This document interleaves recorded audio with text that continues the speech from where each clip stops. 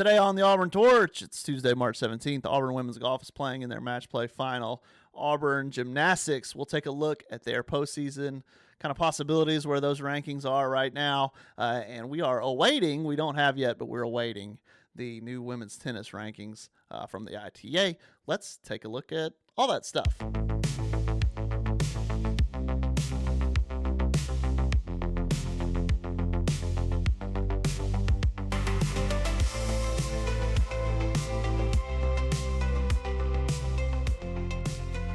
Auburn women's golf in their match play final is actually today, Tuesday, March 17th.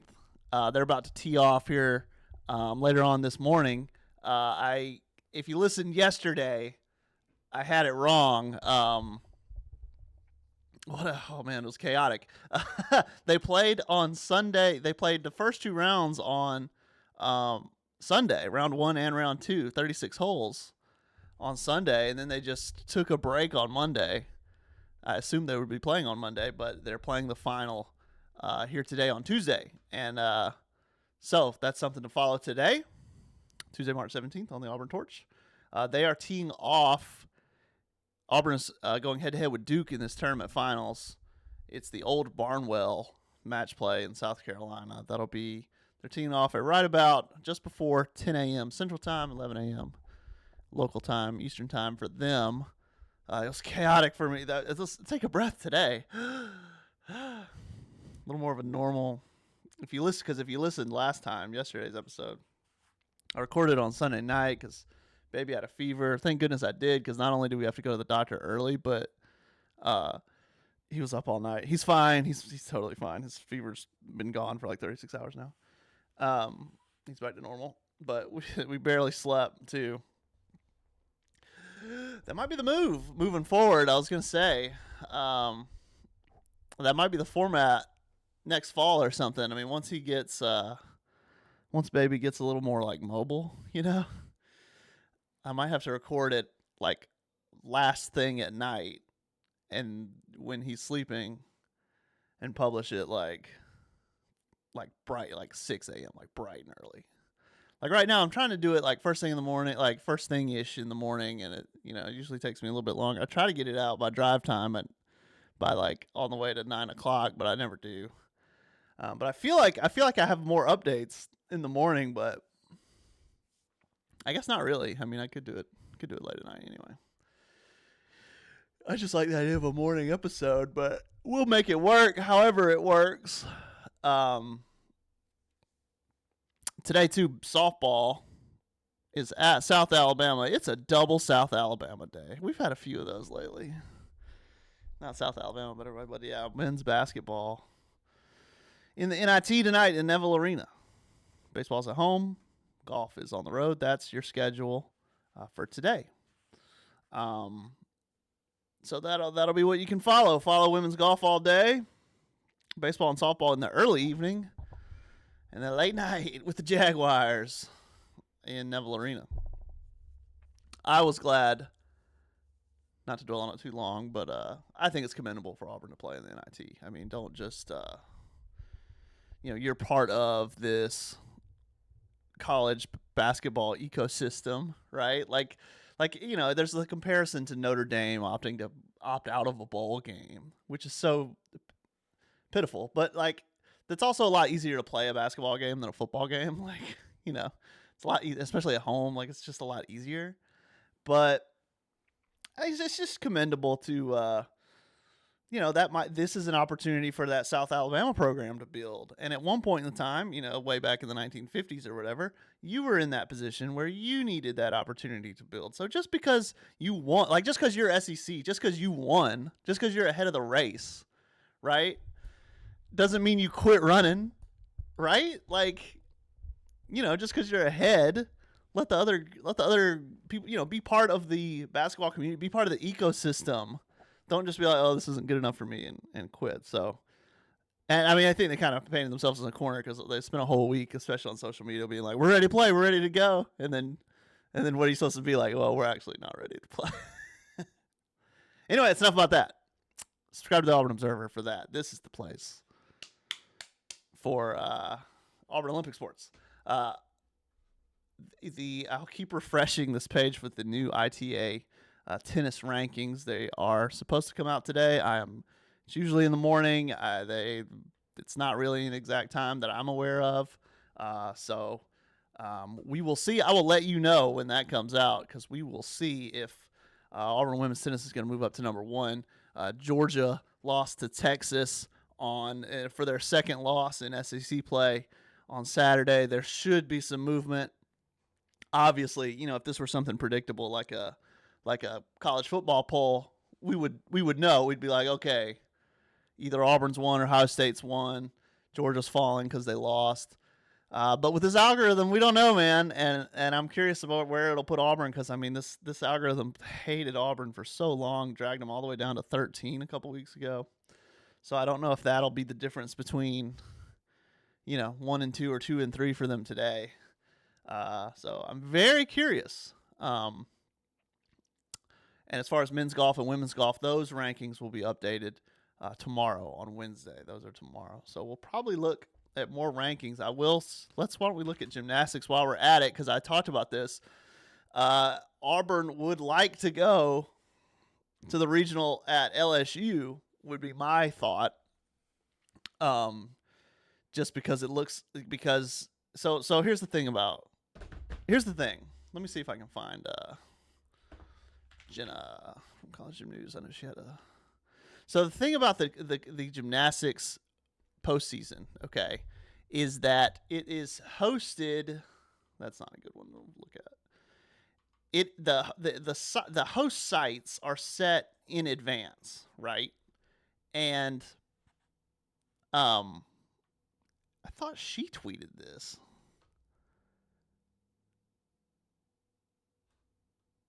That's from a year ago. Sorry. Maybe it was the actual College Gym News. So the host sites are figured out in advance, right? So Baton Rouge is a host, right? And I'll just go off the dome and say, so Baton Rouge is a host, right? And Kentucky is a host, right? Okay, so let's just use those two as an example. They're real examples. That is what's going on this year. So LSU is number 2 in the country, right? Kentucky is way down here at 19. Okay? A little bit behind Auburn. They did beat Auburn in the head-to-head, so they're close, right? So what happens in postseason is they go to quads, you get seeded. There are 4 regionals. So the 1 seed and the 8 seed and the 9 seed and the 16 seed go one place. And the 2 seed and the 7 and the 11 and the 15 go somewhere else, right? All to say, so LSU will be hosting a regional. 2 teams advance out of each session, right? So you got 4 teams competing. It is almost exactly like a college basketball bracket, but instead of 1-on-1, it's 4 with 2 advancing, right? So 4 a quad meet, top 2 teams advance. The thing about LSU hosting is that LSU, you can write them off at the top spot all the way through, and then if you're another team, all you have to do is finish second behind LSU, right? And the trouble is, so say you go to Kentucky. At Kentucky, then you have to try to beat Oklahoma. You have to beat either Oklahoma or Kentucky, who has a home field advantage. You see what I'm saying? And you would rather combine those 2 threats into one threat, right? So LSU is probably going to be the easiest regional for someone in Auburn's position to go to, because the threats are combined and contained to one. So you can ride LSU all the way out of the regional. Like, oh yeah, they're going to advance, but there's another spot to get, right? So that spot, that's where you want to be. But if you go to Kentucky and Oklahoma is there, Kentucky's going to advance, and then or Oklahoma's definitely going to advance. Number 1, Oklahoma, and then Kentucky is going to have home field advantage over you. If you go to LSU, at least everyone else is on the road except LSU. Does that make sense? Let me know if it doesn't. This is one of the things that I just like, the idea of having the the podcast, the Torch Talk for, because this is the kind of stuff that I just cannot fit in a tweet. Like, it can't be done, right? So that's the idea. Okay, so there's 4 regionals. It's Oregon State. It's either Arizona or Arizona State. I don't know if it's Tempe or the other one. Off the top of my head. And it is Kentucky and it is LSU. So Auburn right now not in the position it really wants to be in, but the SEC championship meet this weekend counts. So we'll see how it all shakes out this weekend. If LSU is going to be 2, then the 15 seed would go. Let me back up. Right now it's number 15 Clemson, number 16 Auburn, number 17 Penn State, right? Right now the 16 Auburn would go with number 1 Oklahoma. So they'd go where OU goes, which they don't want to do. Oklahoma's number 1, number 2 is LSU. The 15 seed right now, Clemson, would go with LSU. So either Auburn needs to jump Clemson to go with LSU, or LSU needs to jump Oklahoma, which I don't know what it would take here at the SEC championship meet for that to happen. Someone's going to do that math at College Gym News or something. But anyway, there's no controlling it. There's nothing Auburn can do. It is weird that it is not. You're not necessarily this year in that situation where, the better we do, the better we're going to be rewarded in the postseason. That's actually not how this format is going to shake out. So, all to say, that was a bit of a ramble, and I'm sorry if I lost you. But yeah, let's go ahead and go.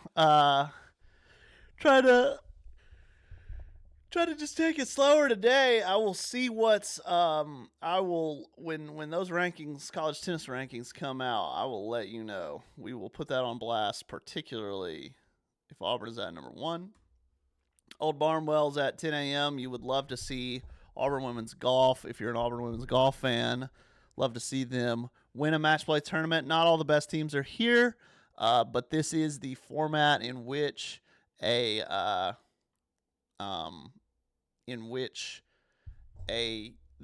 SEC championship and also the NCAA championship, that's how the final of it is played. You play stroke play until you get to match play, and then you play this head-to-head. And so if you're following it and you see they've got that scoring, it's like 1 up, it's like 3 and 2. That means you win a hole. When you win a hole, you win a hole. It doesn't matter about how many strokes in this head-to-head situation.